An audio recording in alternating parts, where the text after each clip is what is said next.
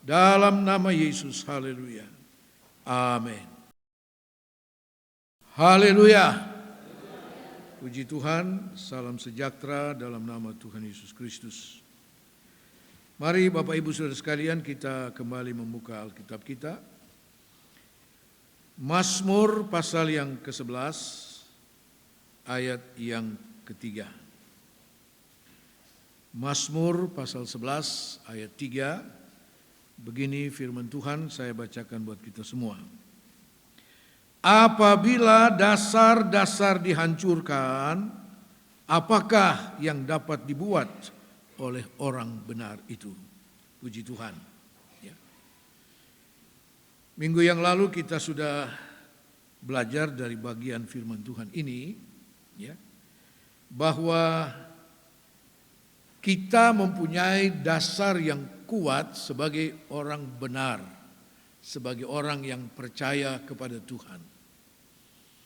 Atas dasar yang kuat itulah kita dapat menghasilkan buah-buah yang berkenan kepada Tuhan.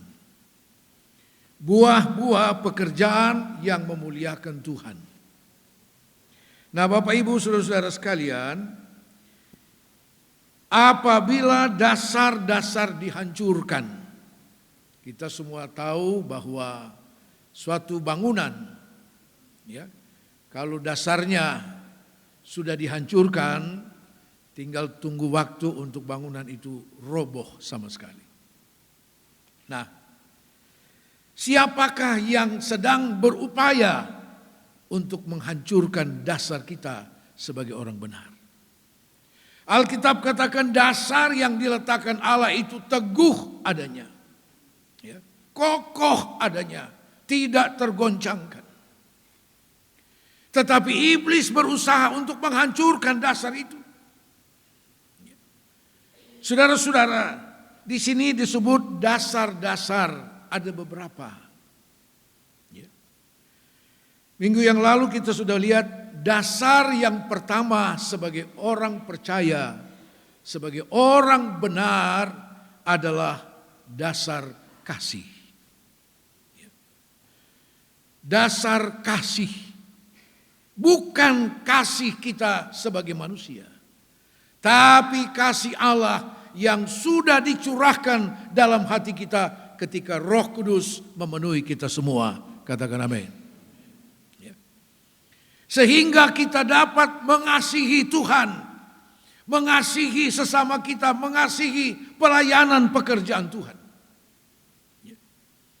Dan itu sudah dibuktikan bagaimana ketika Roh Kudus memenuhi rasul-rasul, murid-murid yang pertama dan orang-orang yang percaya. Saudara, ada suatu pergerakan besar karena kasih Allah memenuhi mereka semua. Tidak ada yang dapat membendung pergerakan rohani pada waktu itu, karena dasar yang pertama adalah karena mereka mengasihi Tuhan. Ada kasih Allah yang memenuhi mereka. Nah, saudara-saudara sekalian, dan kita sudah melihat contoh ketika kasih Allah hilang dari satu jemaat, yaitu jemaat Efesus. Tuhan katakan, engkau sudah jatuh. Kejatuhanmu sangat dalam.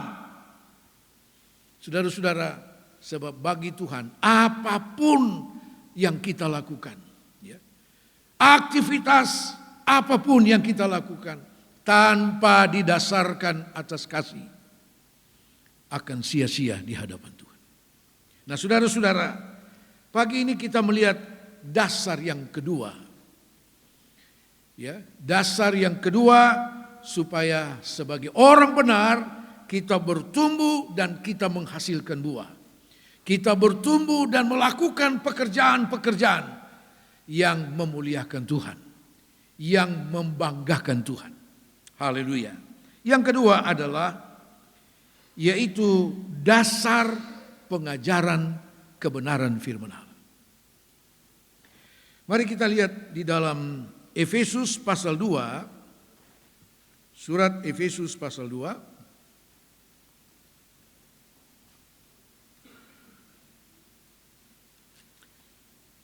ayat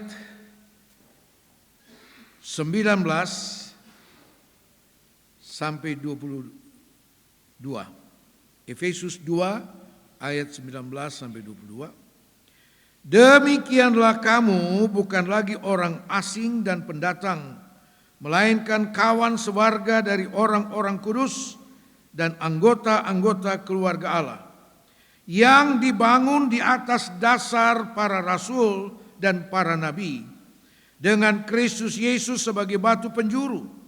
Di dalam Dia tumbuh seluruh bangunan, rapi tersusun menjadi bait Allah yang kudus di dalam Tuhan. Di dalam Dia kamu juga turut dibangunkan menjadi tempat kediaman Allah di dalam Roh. Ya. Dasar yang kedua adalah pengajaran. Ya. Pengajaran yang benar, pengajaran yang murni dari firman Tuhan. Di sini dikatakan kamu dibangun di atas dasar para rasul dan para nabi, dan Yesus Kristus adalah batu penjuru. Apa maksud firman Tuhan? Saudara-saudara, yang dimaksud dibangun di atas dasar para rasul dan para nabi, kita lihat dalam Kisah Rasul pasal 2. Kisah Rasul pasal 2 ayat 41 dan ayat 42. Kisah Rasul pasal 2 ayat 41-42. Orang-orang yang menerima perkataannya itu memberi diri dibaptis, dan pada hari itu jumlah mereka bertambah kira-kira 3.000 jiwa. Mereka bertekun dalam pengajaran rasul-rasul dan dalam persekutuan, dan mereka selalu berkumpul untuk memecahkan roti dan berdoa. Ini yang dimaksud dibangunkan di atas rasul-rasul dan nabi-nabi, yaitu di atas pengajaran daripada rasul-rasul dan nabi-nabi. Jemaat mula-mula bertekun di dalam pengajaran itu. Mereka belajar sungguh-sungguh. Mereka mencari tahu dengan satu motivasi yang murni untuk mengerti firman Allah.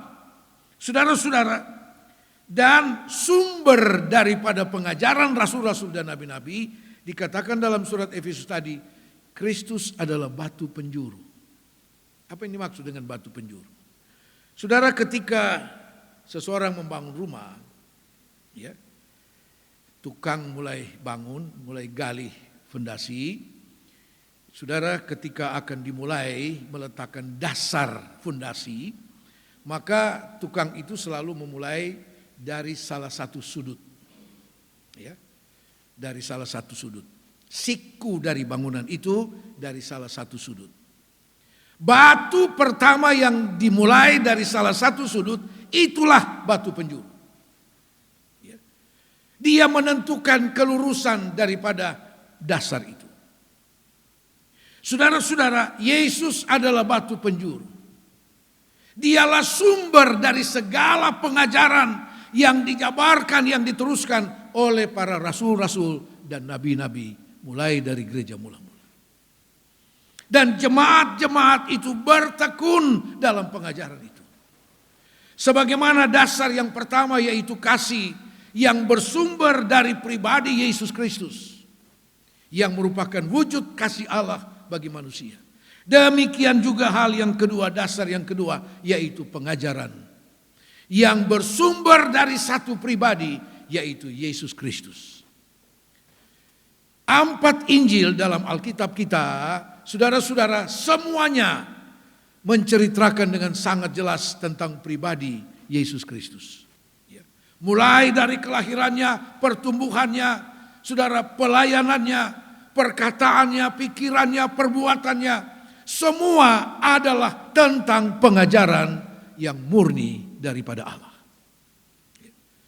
Yesus katakan, apa yang aku katakan kepadamu bukan dari diriku sendiri, tetapi apa yang aku dengar dari Bapa, itu yang aku sampaikan kepadamu.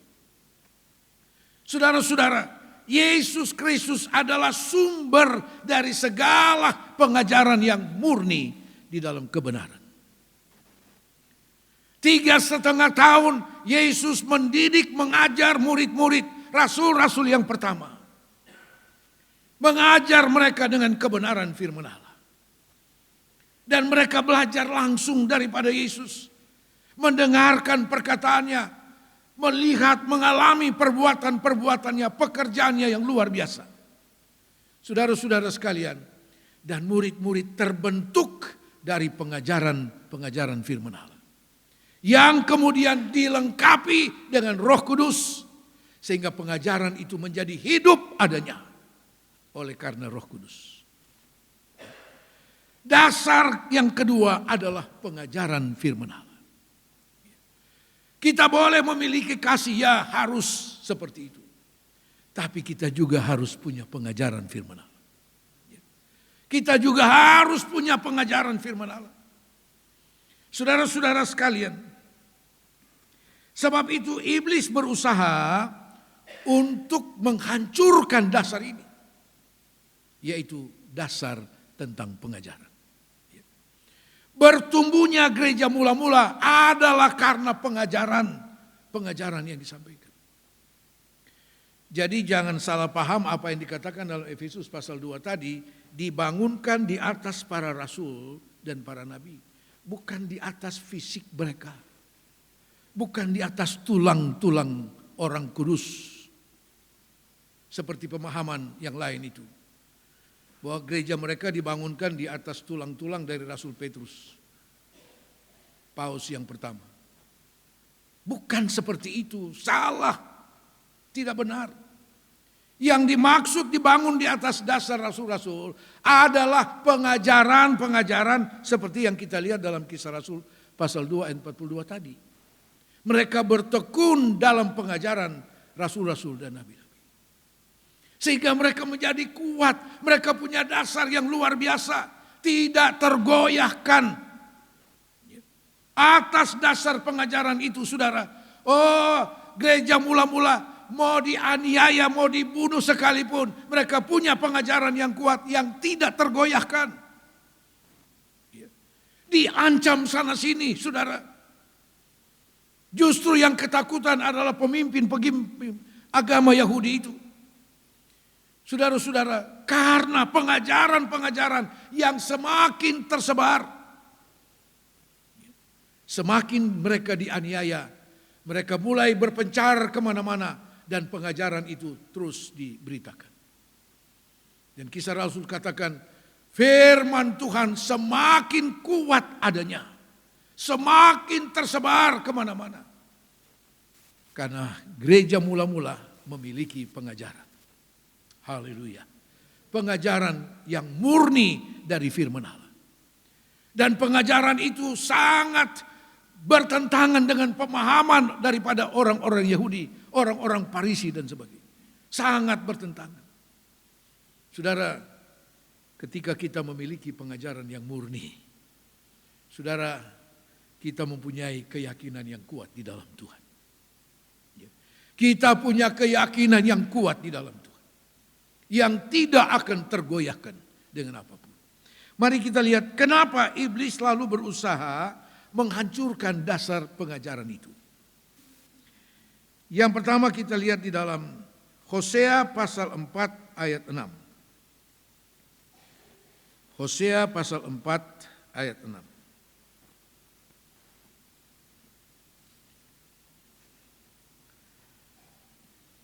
Umatku binasa karena tidak mengenal Allah. Karena engkaulah yang menolak pengenalan itu, maka aku menolak engkau menjadi imamku. Dan karena engkau melupakan pengajaran Allahmu, maka aku juga akan melupakan anak-anakmu. Dalam terjemahan lama dikatakan bahwa umatku binasa karena tidak punya pengetahuan akan Allah. Menolak pengajaran sehingga mereka dibinasakan.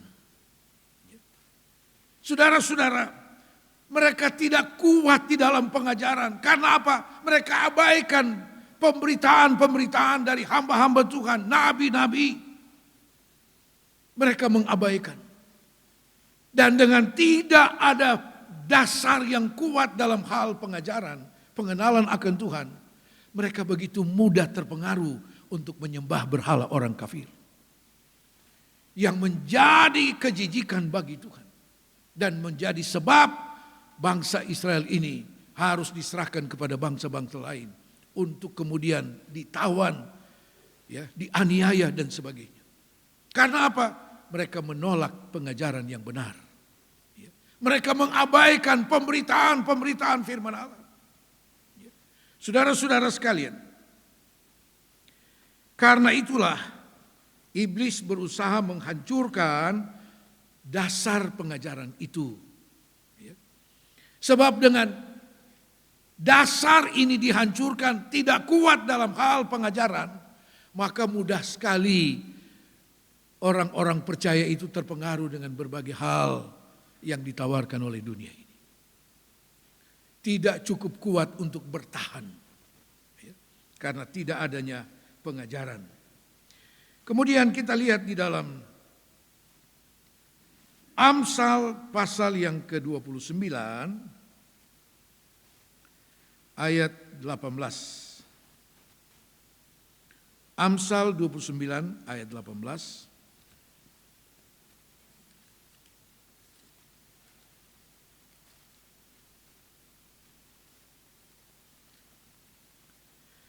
Bila tidak ada wahyu, menjadi liarlah rakyat. Berbahagialah orang yang berpegang pada hukum. Bila tidak ada wahyu, wahyu adalah sumber pengajaran. Sebab melalui wahyu dari Allah, pengajaran-pengajaran itu diberikan kepada nabi-nabi dalam perjanjian lama. Nah, saudara-saudara, dikatakan kalau tidak ada wahyu, tidak ada pengajaran firman Allah, menjadi liarlah orang. Dan ini tujuan iblis, menghancurkan dasar pengajaran ini supaya anak-anak Tuhan itu tidak terkendali, liar. Liar artinya dia berbuat menurut maunya sendiri. Tidak bisa dikendalikan, tidak bisa diatur. Ketika pengajaran itu tidak ada. Saudara-saudara, sangat tegas firman Tuhan. Kalau tidak ada wahyu, tidak ada pengajaran, orang menjadi liar. Saudara, bukan cuma menjadi liar, menjadi buas. Seperti apa yang Rasul Paulus katakan dalam surat Timotius. 1 Timotius 4 ayat 1. Hari-hari yang terakhir ini akan datang masa yang sukar. Dan sering saya katakan, kata sukar dalam ayat itu, dalam terjemahan aslinya adalah buas.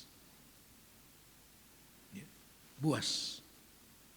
Dan kita mulai sedang mengalami kenyataan itu. Saudara bayangkan di India, satu keluarga yang punya lebih dari satu anak, dua anak dan seterusnya, dia rela, orang tua rela menjual anaknya supaya organ-organ tubuhnya bisa dijual. Anaknya sendiri. Saudara, ada istilah katakan, sebuas-buasnya binatang tidak makan anaknya sendiri. Jadi apa yang firman Tuhan katakan pada hari-hari terakhir akan datang masa yang sukar, masa yang buas, yang berlaku bagi banyak orang.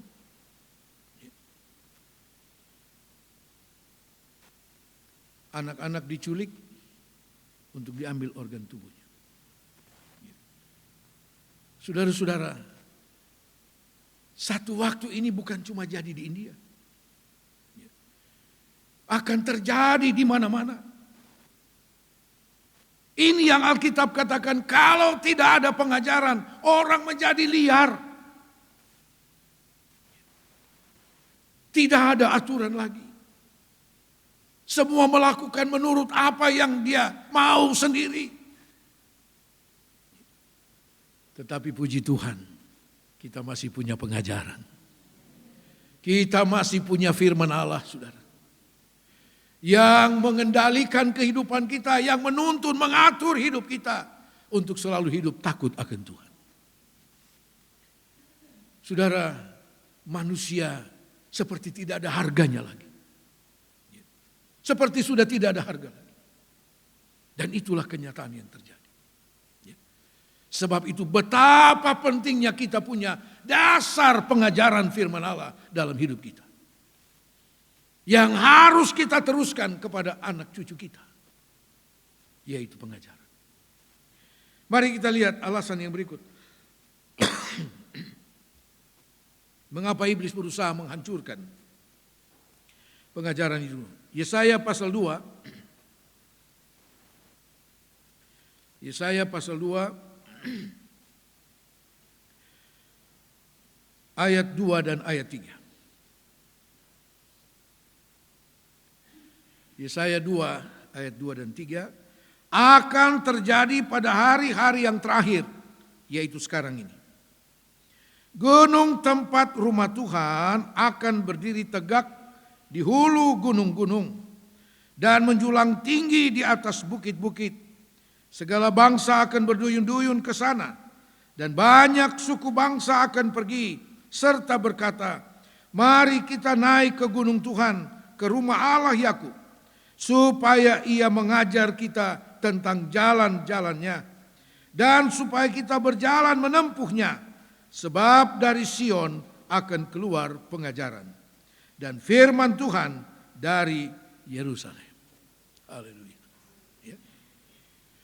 Gunung rumah Tuhan akan berdiri tegak di atas semua gunung-gunung. Apa yang dimaksud? Ya. Kekuatan daripada gereja Tuhan akan jauh melebihi segala kekuatan yang ada di dunia ini. Ya. Akan melebihi, menjulang tinggi kekuatan daripada gereja Tuhan. Sehingga menjadi pusat perhatian, saudara. Ini nubuat dan Nabi Yesaya. Sebab itu kita harus bangga kita menjadi anak Tuhan. Kita menjadi bagian dari gereja Tuhan yang akan disempurnakan. Apa yang membuat kekuatan daripada gereja Tuhan di akhir zaman ini? Saudara, adalah pengajaran. Dan itu menarik perhatian sehingga dikatakan mari bangsa-bangsa berduyun-duyun datang kepada rumah Tuhan, ke gunung Tuhan. Apa yang mereka cari? Pengajaran. Sebab dari Sion akan keluar pengajaran. Siapa itu Sion? Gereja Tuhan. Saudara dan saya. Dunia membutuhkan pengajaran, saudara. Pengajaran yang murni dari firman Allah. Sebab semua pengajaran-pengajaran yang bersumber dari manusia, ilmu pengetahuan yang bersumber dari manusia, semua akan lenyap, saudara. Semua akan lenyap. Kita bisa sebut tokoh-tokoh ilmu pengetahuan yang luar biasa, saudara. Penemu-penemu yang luar biasa. Tetapi semua itu akan berlalu. Firman Allah kekal adanya. Oh, manusia sedang mencari sesuatu yang bisa menjadi pegangan hidupnya. Dan itu dipercayakan kepada gereja Tuhan. Kepada saudara dan saya. Dari Sion akan keluar pengajaran. Apa yang mereka cari, apa yang bangsa-bangsa cari dari gereja Tuhan, dari Sion itu adalah pengajaran. Bukan mujizat. Pengajaran yang dicari, saudara. Pengajaran yang dicari. Kalau cuma sekedar mujizat menyangkut fisik ini, semua akan lalu. Jangan kita jadi orang Kristen yang hanya mengejar mujizat. Sia-sia, saudara. Karena iblis juga bisa bikin mujizat, Alkitab katakan. Walaupun palsu. Saudara, mujizat secara fisik Tidak menjadi jaminan orang bertobat dan mengenal Tuhan. Tidak. Seperti pernah saya saksikan beberapa waktu yang lalu. Terjadi ada kebaktian kebangunan rohani besar-besaran di Jakarta di Stadion Utama Senayan. Pembicaranya adalah Pendeta Morris Surulo dari Amerika. Sekaligus mendoakan orang sakit. Ibadah itu berjalan selama 10 malam. Hari pertama, hari kedua banyak mujizat terjadi. Orang sembuh, orang sakit sembuh. Yang lumpuh berjalan. Yang tidak bisa lagi bangun dari tempat tidur, bangun berjalan. Luar biasa. Kabar ini tersiar, bukan hanya di Jakarta. Mulai menyebar ke beberapa daerah, sampai ke Jawa Timur sudah. Sehingga hari-hari berikut, saudara, banyak orang sakit datang. Bahkan sampai dari Surabaya pun datang. Ada yang tinggal di gotong karena sudah tidak bisa bangun. Dan sebagai banyak sakit penyakit di bawah. Waktu mereka datang. Nah, orang-orang yang datang ini dari berbagai daerah ini kebanyakan Muslim. Yang penting sembuh lah. Yang penting sembuh. Sampai di Senayan sana masih siang mereka sudah sampai dengan kendaraan. Wah, orang bergelimpangan di sana. Mau tunggu sampai sore baru ada ibadahnya. Begitu mereka sampai, mereka pikir mereka bisa langsung masuk ke dalam stadion. Tanyalah mereka kepada polisi yang berjaga di sekitar Senayan. Pak, karena di situ terpampang spanduk, Yesus menyembuhkan. Mereka anggap Yesus ini dukun. Pak, Yesus ada di dalam. Ya, kalau boleh mau langsung masuk. Itu polisi mereknya sama. Dia bilang, oh itu Yesus, nanti sore baru datang. Ya. Tunggulah, karena memang mau cari sembuh. Tunggu. Betul, sore mulai dibuka itu pintu dan orang mulai masuk. Singkat cerita, sesudah ibadah pemberitaan firman Allah, didoakan dan mereka sembuh. Sembuh. Luar biasa. Apakah mereka lalu menerima Yesus? Tidak. Setelah sembuh dan mereka pulang ke kampungnya, mereka kembali kepada habitatnya. Tidak menjadi jaminan mereka menjadi orang percaya. Tidak. Karena itu jangan kita menjadi orang Kristen hanya untuk mengejar mujizat. Yesaya menubuatkan pada hari terakhir, hari-hari ini yang dicari oleh bangsa-bangsa bukan mujizat. Pengajaran, saudara. Pengajaran. Karena itu kita harus punya pengajaran untuk menjawab kebutuhan dunia ini. Jangan justru sebaliknya. Yang paling getol mencari mujizat itu justru orang Kristen sendiri. Ada yang bilang begini, saya baca di medsos. Kenapa ya semua orang kalau ditanya mau masuk surga, mau, oh pasti mau. Tapi kalau disuruh duluan, tidak mau. Ada di sini mau duluan ke surga? Pasti tidak ada tuh. Saya juga belum mau. Karena apa? Saya masih mau melayani Tuhan. Saya ingin mengalami lebih lagi janji-janji Tuhan itu. Bukan karena takut mati, saudara. Bukan. Kalau memang sudah waktunya, ya, tidak ada yang bisa menghalangi. Haleluya. Jadi saya pikir istilah itu memang betul juga. Tidak ada yang mau disuruh duluan. Padahal semua mau masuk surga. Coba. Haleluya. Jadi dasar yang kedua itu adalah pengajaran. Ya. Nah, itulah yang dibutuhkan dari gereja Tuhan adalah pengajaran. Ya. Jangan sampai kita ditanya firman Tuhan, baru kita bilang, wih beta justru tahu, nanti tanya pendeta. Waduh, sudah sekian lama ikut Tuhan. Ya. Bahkan masih banyak anak Tuhan yang sudah dibaptis, ketika orang lain tanya, lu kenapa baptis ulang? Wih, tertahu juga pokoknya suruh baptis, nah beta maju sudah. Ya. Saudara harus bisa jawab kenapa saya harus dibaptis selam. Karena firman Allah katakan seperti ini. Begitu. Ya. Haleluya. Mari kita lanjut saudara. Yang berikut sekarang adalah bagaimana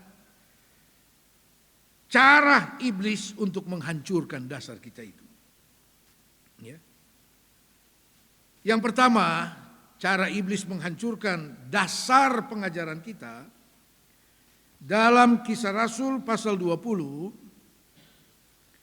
Kisah Rasul pasal 20 ayat 30. Bahkan dari antara kamu sendiri akan muncul beberapa orang yang dengan ajaran palsu mereka berusaha menarik murid-murid dari jalan yang benar dan supaya mengikut mereka. Sebab itu berjaga-jagalah dan ingatlah bahwa aku 3 tahun lamanya siang malam dengan tiada berhenti-hentinya menasihati kamu masing-masing dengan mencucurkan air mata. Yang pertama, cara iblis menghancurkan pengajaran yang benar adalah dengan pengajaran palsu, pengajaran sesat. Dan itu sudah diingatkan Rasul Paulus kepada jemaat Efesus, ya, kepada jemaat Efesus. Ingat akan datang nabi-nabi palsu. Bahkan sangat mungkin mereka itu muncul dari antara kamu. Siapa mereka itu? Mereka yang suka buka hati dan telinga dengan pengajaran yang lain. Ya. Nah saudara-saudara, pengajaran yang palsu itu cara iblis menghancurkan pengajaran yang benar. Di dalam 1 Timotius pasal 4 ayat 1, 1 Timotius 4 ayat 1.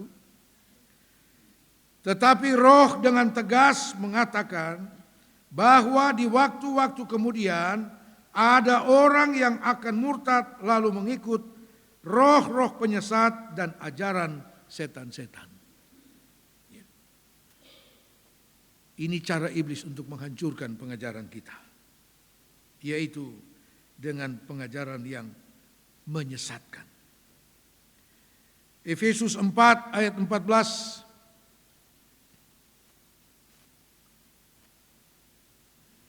Kita baca mulai ayat 13. Sampai kita semua telah mencapai kesatuan iman dan pengetahuan yang benar tentang anak Allah, kedewasaan penuh dan tingkat pertumbuhan yang sesuai dengan kepenuhan Kristus.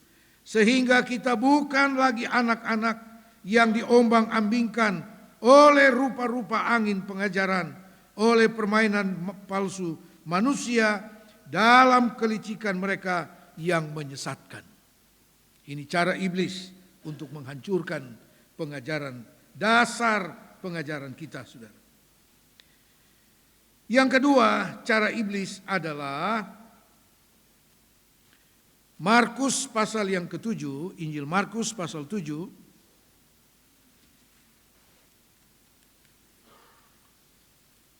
Injil Markus pasal 7 ayat 6 sampai ayat 9. Jawabnya kepada mereka, benarlah nubuat Yesaya tentang kamu, hai orang-orang munafik, sebab ada tertulis, bangsa ini memuliakan aku dengan bibirnya, padahal hatinya jauh daripadaku. Percuma mereka beribadah kepadaku, sedangkan ajaran yang mereka ajarkan ialah perintah manusia. Perintah Allah kamu abaikan untuk berpegang pada adat istiadat manusia. Yesus berkata pula kepada mereka, sungguh pandai kamu mengesampingkan perintah Allah supaya kamu dapat memelihara adat istiadatmu sendiri. Dengan terus melestarikan adat istiadat, tradisi, budaya. Ya. Budaya. Saudara-saudara, memang ada budaya yang tidak bertentangan dengan firman Allah. Tetapi juga banyak yang bertentangan dengan firman Tuhan. Ya. Seolah-olah adat tradisi itu jauh lebih tinggi nilainya daripada firman Tuhan. Contohnya dalam soal pernikahan. Pokoknya saya dengar kalau adat sudah sah, sudah bisa kumpul sama-sama. Soal gereja itu nanti. Ya. Saudara, apakah itu bukan hal yang melanggar firman Tuhan? Itu yang Yesus katakan. Kamu lebih suka berpegang pada aturan-aturan, perintah, adat istiadat daripada firman Tuhan. Ada banyak lagi adat istiadat. Menjelang Natal, orang antre pergi kubur. Kenapa tidak pergi hari lain? Pergi siram rampe. Sambil boto-boto. Lu ada babai kok? Ya. Alkitab bilang apa hubungan orang hidup dengan orang mati? Tidak ada. Iblis kasih ketawa, saudara. Yang antre itu siapa? Orang Kristen. Ya, orang Kristen. Itu yang Yesus katakan. Adat istiadat. Saudara, mari kita lihat bahwa bagaimana sikap kita menghadapi segala bentuk penyesatan itu. Mari kita lihat. Yang pertama, Injil Markus 13 ayat 5. Maka mulailah Yesus berkata kepada mereka, waspadalah supaya jangan ada orang yang menyesatkan kamu. Waspada. Berjaga. Jangan sembarang membuka telinga, membuka hati untuk pengajaran-pengajaran di luar daripada kebenaran firman Allah. Kedengarannya sama. Itu serupa tapi tidak sama. Waspada. Berikut saudara.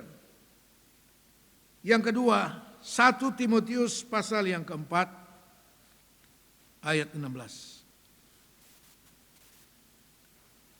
1 Timotius 4 ayat 16. Awasilah dirimu sendiri dan awasilah ajaranmu. Bertekunlah dalam semuanya itu, karena dengan berbuat demikian engkau akan menyelamatkan dirimu dan semua orang yang mendengar engkau. Awasi diri dan ajaran. Jaga ajaran itu yang sudah engkau terima. Jaga itu. Supaya jangan kita disesatkan. Dan yang terakhir, untuk menyikapi, menjaga pengajaran itu. Dalam surat Petrus, 2 Petrus pasal 3, 2 Petrus pasal 3 ayat 18. 2 Petrus 3:18, tetapi bertumbuhlah dalam kasih karunia dan dalam pengenalan akan Tuhan dan Juru Selamat kita, Yesus Kristus. Baginya kemuliaan sekarang dan sampai selama-lamanya. menghadapi segala bentuk penyesatan. Saudara, Alkitab katakan bertumbuhlah dalam pengenalan yang benar. Oh, semakin kita mengenal Tuhan Yesus dengan benar, semakin kita kuat dalam pengajaran. Sehingga tidak mudah iblis menghancurkan dasar pengajaran kita. Karena kita mengenal, Paulus katakan, aku tahu yang aku percayai. Siapa yang aku percayai? Dia sanggup memelihara apa yang dipercayakannya kepadaku. Katakan amin. Tuhan Yesus memberkati. Kita bangkit berdiri. Haleluya.